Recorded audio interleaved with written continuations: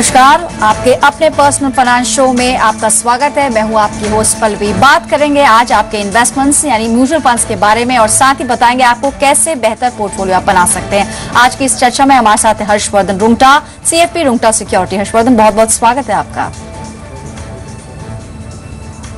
चलिए हर्षवर्धन, शुरुआत करेंगे कुछ ईमेल्स के साथ ही कुछ दर्शकों से भी आज बातचीत होगी। सबसे पहला सवाल हमने शामिल किया है सर्वेश कुमार जी का, जिन्होंने सवाल मेल के जरिए भेजा है।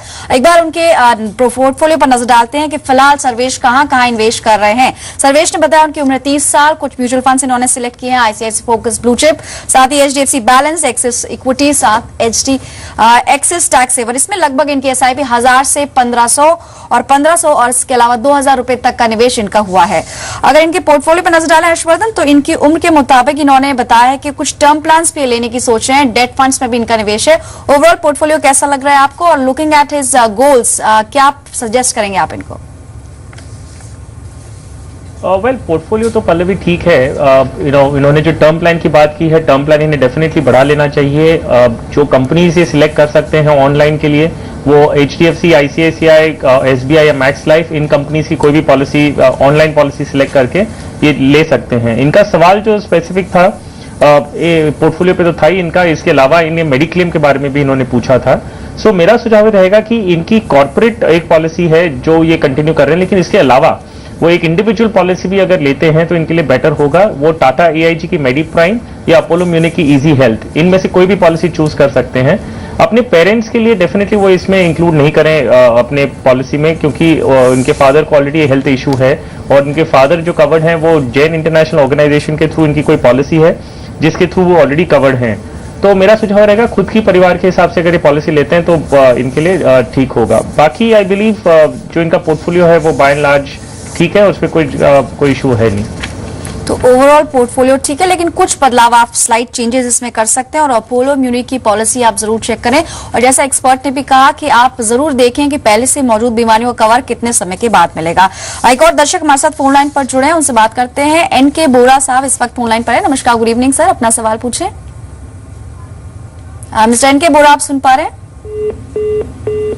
फोन उनका डिस्कनेक्ट हुआ, दोबारा उनसे कनेक्ट करने की कोशिश करेंगे। इनका प्रोफाइल एक बार नजर डाल लेते हैं। जैसा इन्होंने बताया कि रिटायर्ड बैंक ऑफिसर हैं और इनफैक्ट लास्ट ईयर दिसंबर में ही रिटायर हुए हैं। डेट ऑफ बर्थ इन्होंने शेयर की है 28 दिसंबर 1953। इनका एक रिटायरमेंट कॉर्पस बनाने का गोल है। ये चाहते हैं कि लगभग 10 साल के बाद अपने ग्रैंड पेरेंट्स के लिए, ग्रैंडसन और ग्रैंड डॉटर के लिए एक 20 लाख तक की रकम जुटाना चाहते हैं। कुछ मौजूदा इन्वेस्टमेंट्स भी हैं, लेकिन इन्होंने एक बड़ा अच्छा काम किया हर्षवर्धन कि इन्होंने अपना गोल भी फिक्स किया और साथ ही कितना अमाउंट निवेश करेंगे उसके बारे में भी क्लैरिटी है। करीब 9400 रुपए हर महीने निवेश कर सकते हैं। लुकिंग एट हिज एज, आपको लगता है इक्विटी में इनको निवेश करना चाहिए या फिर सिर्फ रिलाय करें डेट फंड्स के ऊपर? नहीं जी पल्लवी, इनका अगर हम पोर्टफोलियो देखें तो इन्होंने जो अपनी पेंशन है, जो इन्हें खुद के जो डे टू डे एक्सपेंसेस हैं, वो सारी जो रिक्वायरमेंट्स है वो उन्होंने फिक्स डिपॉजिट और इनकी पेंशन से कवर हो रही हैं। सो ये जो अमाउंट है 9400 रुपीज जो वो अलग रखना चाहते हैं, उसका स्पेसिफिक पर्पस है वो ये है कि 10 साल बाद इन्हें पैसे चाहिए ताकि ये अपने ग्रैंड चिल्ड्रन पे खर्चा कर सकें। सो इनकी उम्र अगर हम देखेंगे तो वो उम्र का इस पूरे प्लानिंग में कोई लेना देना नहीं रह जाता है। ये अगर पूरा इक्विटी में भी निवेश करते हैं, क्योंकि ये जो फंड्स हैं 9400 पर मंथ, ये इनके रिटायरमेंट से रिलेटेड नहीं है, ये इनके गोल हैं जो वो मीट करना चाहते हैं जो 10 साल बाद हैं फॉर हिज ग्रैंड चिल्ड्रन। सो ये पूरा पोर्टफोलियो अगर वो इक्विटी के थ्रू ही बनाएंगे तो भी कोई हर्ज नहीं है, और वो इस प्रकार अपना 9400 निवेश कर सकते हैं। 3 फंड के नाम बता दें हम उनको। IDFC निफ्टी फंड में 2400 रुपए, SBI इमर्जिंग बिजनेसेस फंड में 3500 रुपए और ICICI डायनेमिक प्लान में बाकी का 3500 रुपए। तो इस प्रकार ये निवेश अगर करते हैं और अगर हम 14% रिटर्न इक्विटी के पोर्टफोलियो से देखते हैं तो जो इनका टारगेट है वो इनका 10 साल बाद ये टारगेट पूरा हो जाएगा और ये बेझक इक्विटी में निवेश कर सकते हैं। डेट क्योंकि रिटायर्ड हैं वो लिहाज से इन्हें ये इन्वेस्टमेंट नहीं देखना चाहिए। राइट, तो आपने 3 फंड यहाँ पर बताए हैं। IDFC निफ्टी फंड ने, क्योंकि उसको भी 5 साल नहीं हुए इसलिए उसका रिटर्न शो नहीं कर रहा है, 3 साल में करीब 20.5% का रिटर्न शो किया है इस पर्टिकुलर फंड ने। और साथ ही आपने एसबीआई इमर्जिंग बिजनेस में लगभग 23% का रिटर्न शो किया है। और इसके अलावा आईसीआईसी डायनेमिक ने भी एक अच्छा डिसेंट 16% तक का रिटर्न शो किया है। एक बार एस्टिमेट देख लेते हैं 10 साल बाद आपका पोर्टफोलियो लगेगा कैसे। अगर 9,400 रुपए आप हर महीने निवेश करते हैं, एक अप्रोक्सीमेट अपने एस्टिमेट निकाला है, 10% के लिहाज से करीब 19.41 लाख आपका पोर्टफोलियो बनते हुए दिख रहा है। 12% अगर आपको रिटर्न मिलता है तो 12% के लिहाज से 21.83 लाख आपके कॉर्पस में जमा हो सकते हैं। 15% अगर आप लकी रहे और आपको अच्छा रिटर्न मिला, लगभग 14 से 15% का return, in that case 15% return के लिहाज से 26 लाख तक का कॉर्पस आपके पोर्टफोलियो में बन सकता है। चलिए फिलहाल एक ब्रेक लेंगे, लेकिन हर्षवर्धन हमारे साथ जुड़े हुए हैं, बने हैं, और आपको बता दें किस तरह सवाल आपको भेजने हैं। आप हमें ईमेल कर सकते हैं moneyguru@gmail.com पे, या फिर आप हमें एसएमएस करें। आपको लिखना है सेव अपना नाम अपना सवाल के साथ और भेजना है उसे 57575 पर।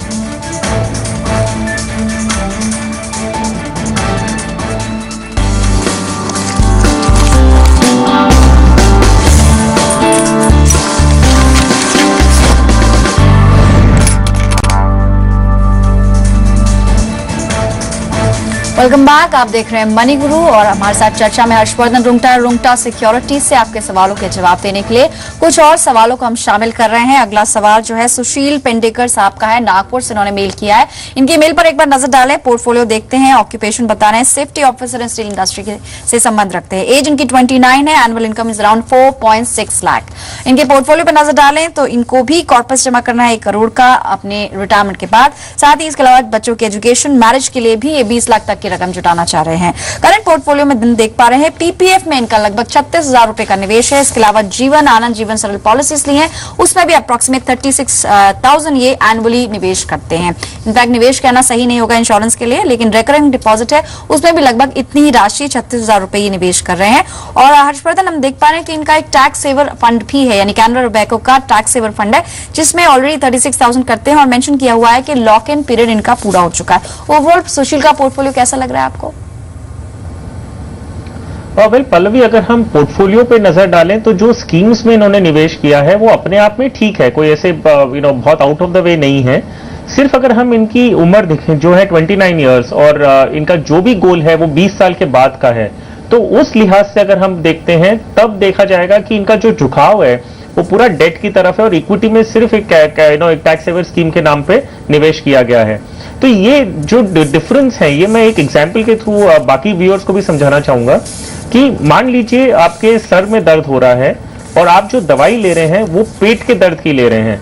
सो जो आप दवाई ले रहे हैं वो पेट के दर्द के लिए सबसे अच्छी दवाई हो सकती है, लेकिन क्या आपके सर का दर्द है वो कम हो रहा है क्या? सो क्वेश्चन ये होता है कि आपने, अगर हम सुशील जी का एग्जांपल लें तो उन्होंने जो डेट के प्रोडक्ट्स चूज किए हैं वो पीपीएफ है या जो भी रिकरिंग डिपॉजिट कर रहे हैं वो अपने आप में ठीक है, लेकिन वो एलोकेशन उनको पीपीएफ में करना ही नहीं था या वो रिकरिंग डिपॉजिट में करना ही नहीं था। सो सवाल ये हो जाता है कि जब हम पोर्टफोलियो बना रहे हैं तब हम अपना एलोकेशन देखें, अपना गोल्स देखें और उस प्रकार से हम निवेश करेंगे तो अपना जो टारगेट है वो पूरा होने में आपके चांसेस ज्यादा होते हैं। सो अगर आप राइट प्रोडक्ट ले रहे हैं रॉन्ग कैटेगरी का तो भी आपके पोर्टफोलियो में गलत काम हो रहा है। सो इस प्रकार मेरा सुझाव इनके लिए रहेगा कि एक बार ये अपना जो डेट का एलोकेशन है वो कम करके वो इक्विटी की तरफ अपना रुझाव करें। शुरू करने के हिसाब से वो रिकरिंग डिपॉजिट बंद कर सकते हैं और वो अमाउंट इक्विटीज में निवेश कर सकते हैं। पीपीएफ और जो इनकी एलआईसी की पॉलिसीज है वो फिलहाल कंटिन्यू कर सकते हैं, लेकिन आज की तारीख में मैं इन्हें कोई भी स्कीम का नाम अभी नहीं देना चाहूंगा क्योंकि ये यंग है। मैं नहीं चाहता कि ये कि ये ऐसी गलती करते रहें। ये जरूरी है कि ये एक फाइनेंशियल प्लानर से मिले और सारी जो उनकी पूरी कैश फ्लोज इनका पूरा एक एस्टिमेट बना के एक फ्रेश प्लान बनाएं और निवेश करना शुरू करें। सो मेरा सुझाव इनके लिए रहेगा कि वक्त ना बर्बाद करें, 29 इयर्स के हैं, गलत नहीं करें, फ्रेश पोर्टफोलियो बनाएं एक फाइनेंशियल प्लानर की कंसल्टेशन के साथ, तो इनके लिए ज्यादा बेहतर होगा। राइट, तो आप एक फाइनेंशियल प्लानर की एडवाइस भी ले सकते हैं, यानी खुद से कंसल्ट करें। एक मामूली फीस आपको देनी होगी, आपको बेहतर पोर्टफोलियो बता सकते हैं, क्योंकि आप देख पाएंगे आप बहुत हेफ्टी अमाउंट्स पे कर रहे हैं in terms of your insurance policies. वहां पर आप कहीं ना कहीं फंड्स डाइवर्ट करके इक्विटी म्यूचुअल फंड्स में डालेंगे तो आपके लिए बेहतर पोर्टफोलियो प्लानिंग हो सकती है, क्योंकि आप काफी यंग है। चलिए फोन लाइन पर हमारे साथ एक और दर्शक हैं, ज्ञानेंद्र गुप्ता हैं, दिल्ली से जुड़े हैं। नमस्कार ज्ञानेंद्र जी, गुड इवनिंग, अपना सवाल पूछे। सर जी नमस्कार जी। अच्छा ये ना मैडम नमस्कार, मेरा लड़का जो है ना अभी 1 साल बाद जॉब में लगा है, तो उसका जो है ना अभी वो 15,000 रुपया मंथली सेविंग्स कर सकता है। ओके। तो अभी तो फिर मैं उसको स्टेट बैंक में एसबी क्या सेविंग्स में मैं रख रहा हूँ और उधर से कुछ फंड हम एक साथ में इकट्ठा करके मैं पीपीएफ में डाल रहा हूँ। ओके। तो और कोई सेविंग्स है नहीं, तो मैं चाहता हूँ उसका पैसा को मैं 15,000 रुपीज मान लो, 1,000 रुपया अगर 15,000 ही मान लो, मैं ठीक है। में लगाने से मेरे को ज्यादा रिटर्न मिले। एक चीज आप बताएंगे मिस्टर गुप्ता, आपने बताया कि आपके बेटे जो है बैचलर है, यानी कि फिलहाल शादी नहीं हुई है, उम्र क्या होगी इस वक्त? यही तो अभी 25 हुआ ये नवंबर 25, को। ओके। और ये जो 15,000 की राशि है, ये कितने समय के लिए निवेश होगी? वो अभी 10 साल 20 साल तक रख सकते हैं। चलिए, बहुत अच्छी बात है कि आप लंबी अवधि का सोच रहे हैं। बने रहे फोन लाइन पर। हर्षवर्धन, इनकी बेटे की उम्र है 25 और जो अमाउंट उन्होंने बताया 15,000, ये भी ये लंबे समय के लिए निवेश करेंगे, मे बी 15 ईयर्स या उससे ज्यादा। ऐसे में इनके पास इक्विटी एक्सपोजर लेने की अच्छी अपॉर्चुनिटी है, क्योंकि ये सवाल उन्होंने अपने बेटे के ब्याह पे पूछा है। कुछ फंड्स आप इनको सजेस्ट कर पाएंगे? एब्सोल्युटली गुप्ता जी, सिर्फ एक चीज ध्यान रखिएगा कि आप कोई भी निवेश अभी शुरू करते हैं तो ऐसा निवेश करिएगा जिसमें आपके बेटे का कोई कमिटमेंट नहीं हो। अभी वो यंग है, अभी उनकी कोई लाइबिलिटीज नहीं है, तो जो कमा रहे हैं उसका लगभग 60% वो आज की तारीख में सेव कर रहे हैं। आगे जाते हुए जब इनकी शादी हो जाएगी और लाइबिलिटीज आ जाएंगी तो इतना शायद वो सेव नहीं कर सकें। तो जो भी इन्वेस्टमेंट आप करें उसमें कोई कमिटमेंट नहीं होना चाहिए। तो इंश्योरेंस पॉलिसीज ये सब तो डेफिनेटली आप एक बार अपने पोर्टफोलियो मत लीजिएगा। बाकी जो उनका 15,000 निवेश करना है उसका मैं आपको अलग अलग इक्विटी और डेट दोनों कैटेगरीज में आपको डिवाइड करके बता दूं। आप बैंक की रिकरिंग डिपॉजिट आप 2,500 रुपए की करिए, तो ये जो उनके अगले 2 साल की रिक्वायरमेंट्स होगी ना, शॉर्ट टर्म कभी भी रिक्वायरमेंट आ जाए, कोई इमरजेंसी आ जाए, तो वो तुरंत विड्रॉ कर सकते हैं और यूज कर पाएंगे।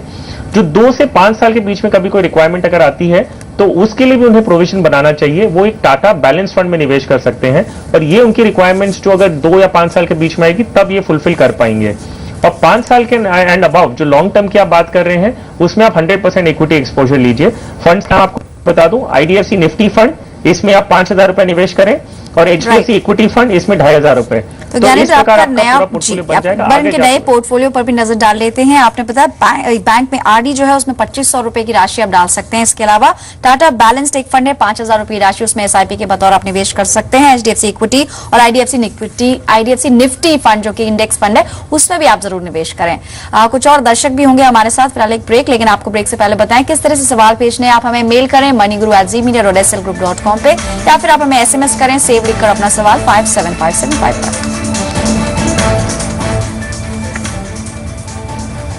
ब्रेक के बाद चल लौटेंगे।